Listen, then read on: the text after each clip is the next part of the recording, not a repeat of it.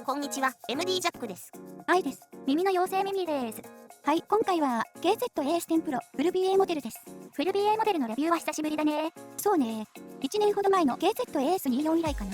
KZ のモデルだとそうだね。割と最近 AS16 Pro X が出たぐらいかな。フル BA はどちらかといえば苦手なんだけど、期待はしてるんでね。で、最初に言っちゃうと AS10 Pro は今まで聞いた KZ のフル BA モデルではかなり自分に合ってる気がしたな。どんなところが合ってるの？それをレビューでお伝えするんでしょ？あ、そっか。まず価格が7000円台中盤ぐらい。これはジャックさん的にはどうなの？音質が気に入ってるんで高いとは思わないな。パッケージ内容はいつもの通り。最初からリケーブルして聞いたんでしょ？そうだね。あんまり色々聞き比べてる時間もないんで、いつものナイス HCK ディープスノーで聞いたわ。外観はフェイスプレートか CCA のモデルっぽく見えますね。この感じ、渋くて好きですよ。でも反対側から見ると AS シリーズの形だね。懐かしさと愛着を感じる？まあね。気になるイヤーフィンの突起もないので、多くの方が違和感なく装着できるんじゃないでしょうか。でも ASF と ASX は別ね。ご覧の通り形が全然違うからね。余談だけど AS10 っていう表記がアジオに見えてしまうんだよね。ああ、エイシオ、アシオ、アジオなんて呼ばれてるオーディオデバイスのドライバーインターフェースの一つですね。見えますね。ドライバー構成を見てみようよ。そうね。まず定域は22955が1機。お決まりの BA ね。これ、でっかいやつ。BA の中ではコスト高なやつね。金食い虫。おいおい。中域が29689、中高域が30019で1機ずつ。これもよく耳にする BA だよね。そうね。そして高域から超高域が31736。耳に一番近い配置。これが2機で片側計5機か。片側 5BA というと ASF だよね。AS10 Pro とはこの部分の BA と2機搭載してる部分の役割に違いがあるね。ASF はみんな型番の後ろに S がついた当時の改良型っていう違いのね。そうだね。今回の音収録と視聴に使ったイヤーチップはバンドル1に近いリバイナスベルベットにしたよ。全体はこれ。広域のピークの調整にはメモリーフォームやファイナル E あたりが良さそう。じゃあ手持ちの AS シリーズの波形見せて。はいどうぞ。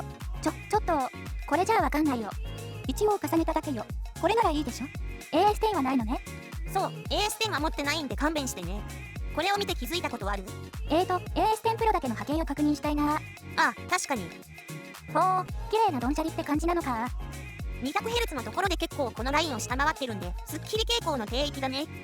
中高域は3キロあたりにワンピークあって、そこから一旦落ちますけど、このラインを下回らない程度なので、谷というほどでもなく、そのまま7キロ付近のピークに向かってますから、広域は明瞭な印象ですね。じゃあここでもう一回他モデルとの比較波形ね。なんか2キロ手前で立ち上がってくるモデルが多くない？ AS24 以外全部その傾向みたいね。AS12 と16は低域少なめ。逆に AS16 Pro、ASX が低域結構出してる。それから広域をあんまり出さずに7キロ以前で広域のピークをまとめちゃってる？そんな感じだね。AS24 だけちょっと仲間外れ感ありますね。この中では後発のモデルでチューニングスイッチ付きです。そうだね。ドンシャリ系でもないし AS10 Pro に一番近いかな。今回のサウンドチェックは片側 5BA で構成が同じ ASF と一緒に聞いてみようと思う。音調整の基準は AS10 Pro ね。はい、了解です。では聞いてみましょう。音量上がります。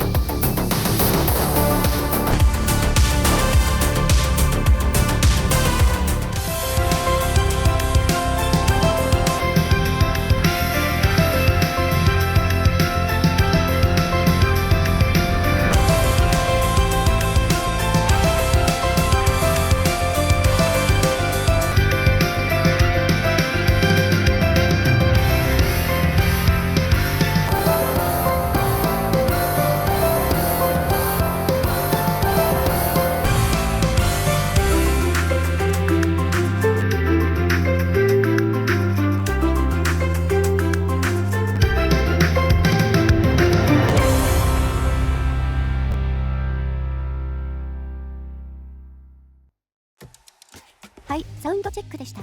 まあ波形通りと言えばいいんでしょうかね。ASF の中高域以上はこの辺りの音が中心に聞こえてきて、その上の帯域はあんまり出てこない。低域は結構圧が強い感じでした。AS10 プロはやっぱ広域がきっちり出てたね。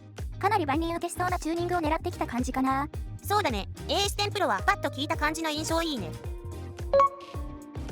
じゃあ AS10 プロを聞いた印象だね。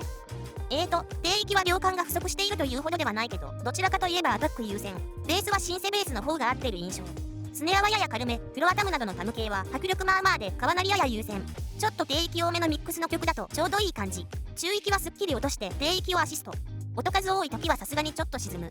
3キロ付近の山でボーカルは割と前に出るけど、2キロ付近が立ち上がりの途中なのでボーカルのバックにいるピアノのブロックコードバッキングとかはちょっと沈む。ハイハットの刻みはかなり細かく聞き取れる。クラッシュシンバルは薄い感じだけど存在感は結構ある。最近よく EQ 補正してるけど、これは広域寄りのバランスを少し変えるとしたらこんな感じ。2箇所をちょっと修正。最低限だけど広域が聞こえすぎる自分にはこれで十分。低域の印象も結構変わって量感マシマシ。あとやるとしたら2キロあたりを少し持ってボーカルとバックのピアノとかをもう少しはっきりさせるぐらい。でももちろんそのままでも OK。 全体的にはどうでしょうか。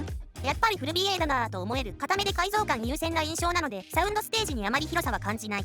でも悪い意味ではなく音が近めで明瞭。自分の耳には少しきついと感じるぐらい広域がしっかり抜けてくれる。不自然さはほとんど感じず好みのバランスにするのにちょっとの EQ 補正で済む。 AS24 のチューニングスイッチの低域をブーストした設定を切り出してそこに派手さを追加した感じ。オーソドックスなドンシャリという印象だけどこういうの好きな人結構多いと思う。なのでフル BA モデルに手を出したい場合価格面も踏まえておすすめ。フル BA が苦手なジャックさんにしてはかなり褒めてる。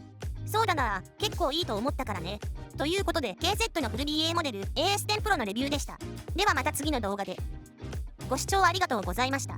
MD ジャックチャンネルはイヤホンレビューを音と波形た言葉で表現します。チャンネル登録お願いします。